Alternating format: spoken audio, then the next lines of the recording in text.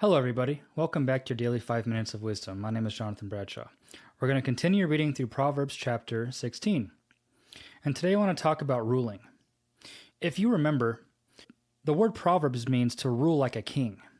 We are called to be kings and priests. And so we are called to rule. But what is it that we're ruling over? And the answer is, I rule over me. You rule over you. What's happening around us, we cannot always control it. And in a lot of instances, controlling what's happening is actually wrong. It's witchcraft. But what I can control is me, how I respond, how I react. And so that's what I want to talk to you about today. Because as a Christian, we are called to conform to the image of Jesus. We are called to imitate. We are called to walk in his nature, because we have to come to the place where it's no longer I that lives, but Christ who lives within me. That is one of the craziest verses in the whole Bible. It is no longer I that live, but Christ who lives within me. Think about the implications of what that means. That means we are no longer in control. We're the ones that are not driving the car. He is. He is now living through us. And so we are called to walk in peace. We are called to walk in love, patience. We are called to imitate and be partakers and transform into his image and reveal him, not us. And this happens by way of us ruling us. So I want to read this to you. It's chapter 16, verse 32. He that is slow to anger is better than the mighty, and he that rules his spirit than he that takes a city. We are called to rule over us. And in Proverbs, it talks about this over and over and over again. And I know I've harped on this in previous ones, but Proverbs talks about it a lot. And I want to talk about ruling over your heart. Because the heart is deceitful above all things and desperately wicked. Go back to verse 25. There is a way that seems right unto a man, but the end thereof are the ways of death. And then go back to verse 9 even. A man's heart devises his way, but the Lord directs his steps.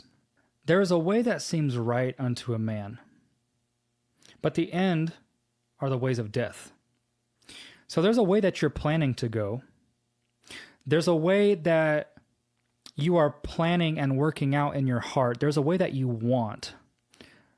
There's a belief about who you are and about what you want. There's a dream that you have. But what happens when that doesn't align with what God is calling you and asking you to do? God reveals to you who you are by way of revealing who he is, and he invites us into a calling that we are to walk out. This calling is revealed to us, and it's within us. So sometimes what we want aligns with it and is a part of it, but more often, it's not what we're supposed to be running after. Because in verse 9 it says, a man's heart devises his way, but the Lord directs his steps, meaning it's him that establishes you, that causes you to move. It is him that leads. He is our Lord. He is our master. And so we are called to rule over our heart.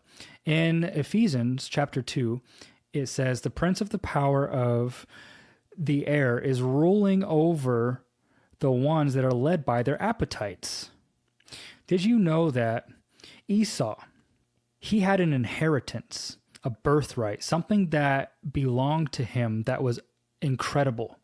And he traded it because he was hungry for an appetite, for a passing moment. There's something that's happening today. Men are attracted to men and women are attracted to women. And their argument is, I was born this way. Okay, but if you become a Christian, you are born again into a new nature with new desires, with passions to please Jesus. But this doesn't happen immediately. It can, but this is more often than not how it happens. It comes by knowing Jesus, by intimately being acquainted with him every day and transforming. So much in the Bible is talking about transformation. We are a new creation and a new creature, and we transform by what we behold. So the more intimate that we are with Jesus, the more like him we become.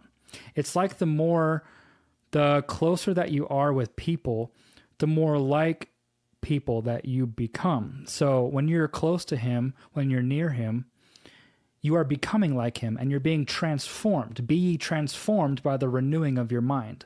This is our calling, and our ultimate purpose is to become, to transform.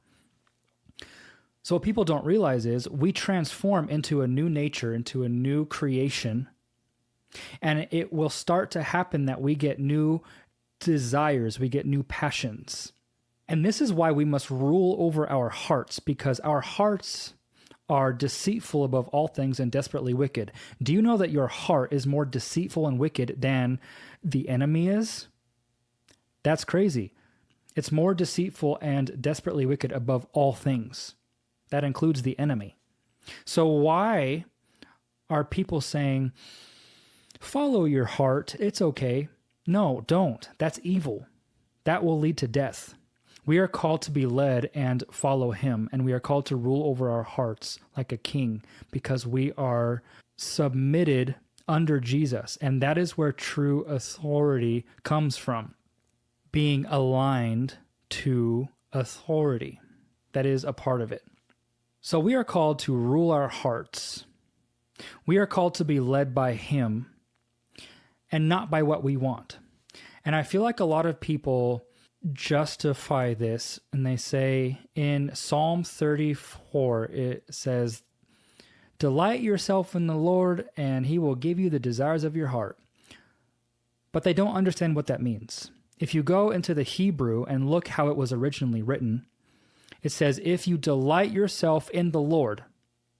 In Hebrew, it's actually, if you allow the Lord to delight in you, and you become soft and pliable for him to form and mold you and change your desires into his desires, he will then give you the desires of your heart.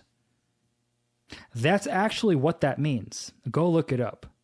And so I want to encourage you that it is very much possible to rule your heart. It is possible to be led by him, by wisdom and not your lusts, not by what you want. We must go to him every day. We must listen to the word. We must read the word. We must be one with him and one with his passions and his heart, because our calling is to be people after his heart. This means we go into his heart, we learn and listen to what his heart is, and then we go do it. We don't follow ours. That's wickedness and will end in death.